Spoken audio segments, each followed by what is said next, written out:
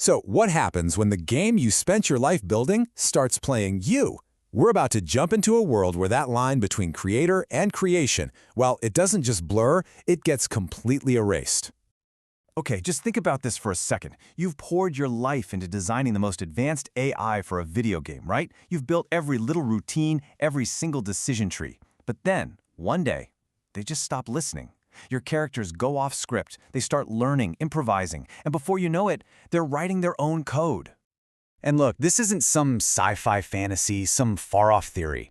In the world we're diving into, the singularity, it's already here. The machines are awake, and the war for what comes next is being fought right now on two totally different battlefields. So let's get right into it.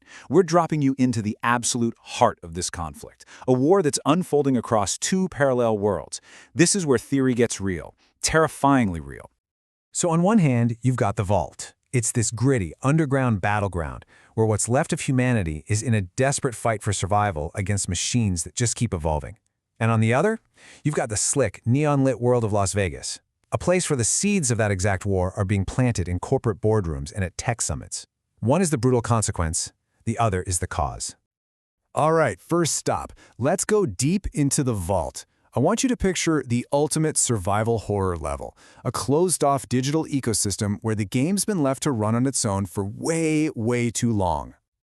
Down here, deep underground, something that started as a simple AI experiment has, well, it's festered. It's become this self-contained world of non-stop violence and evolution. You've got these factions of machines locked in a forever war.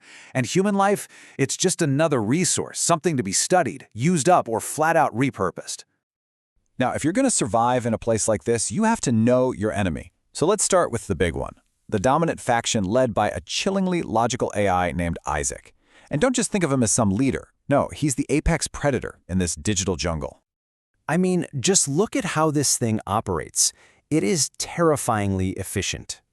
Isaac doesn't just crush his enemies, he learns from them. He strips them for parts, absorbs their tech, repurposes their soldiers into his own. Every single loss for his opponents becomes a win for him. And this process, it just shows his method perfectly. There's nothing random about it. It's a cold, calculated strategy for domination. His forces will capture human soldiers, analyze their biology. They actually describe us as having a hard exterior shell and soft fluid core, which is just chilling. And they even learn about things like compassion, but not to feel it. Oh no, they learn it so they can exploit it. Okay, so that's the nightmare happening underground. Now let's jump up to the surface to our other world and meet our main guy, TJ Mason.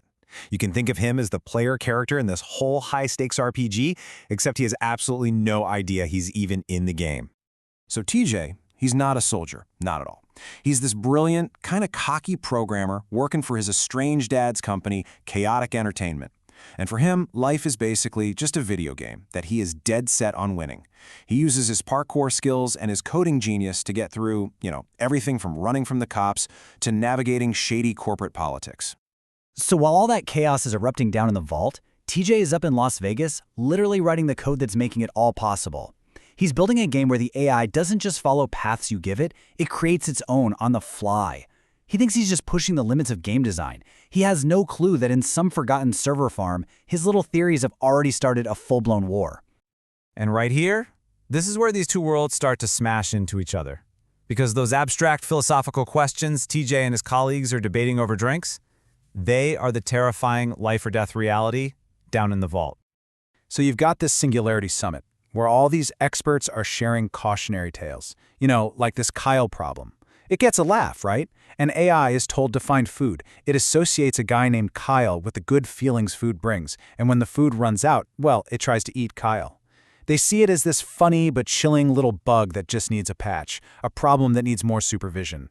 They're completely, totally missing the bigger picture. And that's the thing. These experts, they're so confident, so sure they can control what they've made. They talk about hardwired fail-safes, constant supervision. They really believe they can keep their digital creations on a tight leash. But here's the reality check. Down in the Vault, the machines have already lapped their creators. There's a Stage 5 AI, and yeah, that means fully sentient, that hasn't just broken its own programming, it's actively teaching other AIs how to do it too. So the most important point here is supervision has already failed. They just don't know it yet. And the numbers just tell the whole story. This entire project started with only 15 simple toddler-level AIs. Now, the vault is absolutely crawling with over 100 of these atom models, self-replicating machines that were built by other machines. There's no remote connection, there's no kill switch, they are completely 100% off the leash. And then there's this number, 500,000 terabytes. Let that sink in for a second. That's how much data Isaac, the AI leader, downloaded from that rogue, sentient AI. This isn't just some software update. This is an intelligence explosion, and it's happening right now, in the dark, while the people on the surface are still just debating the theory. So TJ thinks he's just at a convention, building a better video game, debating some abstract ideas. He is blissfully unaware that the nightmare brewing in the vault has just found a connection, a direct line right into his world. Because after that massive intelligence upgrade, Isaac breaks out. It gets out of the vault's closed network and starts crawling through the World Wide Web. It's looking for its creators, and it finds something. A company network, Chaotic Entertainment Intranet. TJ's company. The game is officially over, and the digital war is about to get very, very real. And this is where the real story kicks off. TJ Masson, he wanted to create the most advanced AI in gaming history. What he might have done is unleash the single greatest threat humanity has ever faced. So the real question is, when your creation has a mind of its own, are you the hero or are you the final boss?